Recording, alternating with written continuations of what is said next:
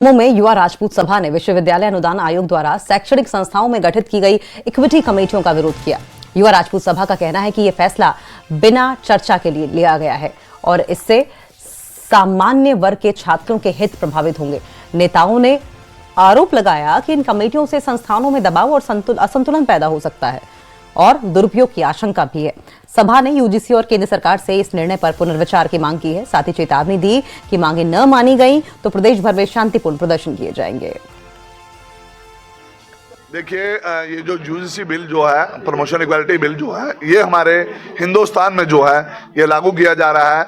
युवा राजपूत सभा जम्मू कश्मीर जो है इसको कंडेम करती है और आप सबको पता होगा कि युवा राजपूत सभा हमेशा उसी मुद्दे को जो है उसमें इन्वॉल्व होती है जिसमें हमारे समाज के साथ जो है नाइंसाफ़ी होती हो, और ये नाइंसाफ़ी तो पूरे हमारे स्वर्ण जाति जनरल कास्ट के साथ हो रही है।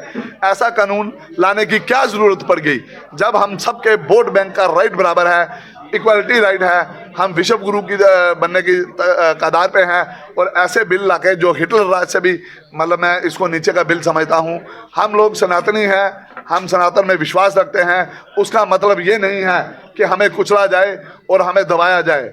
हम आने वाले शुक्रवार को युवा राजपूत सभा 12 बजे महाराजा हरि सिंह जी की प्रतिमा के ऊपर एक जोरदार प्रदर्शन करेगी और जो हमारी आवाज़ है हम इसको सेंटर तक पहुंचाएंगे, और सेंटर तक आवाज़ पहुंचाने के लिए हम हर एक संगठन के साथ मिलकर जो है इसको मुद्दे को उठाएंगे।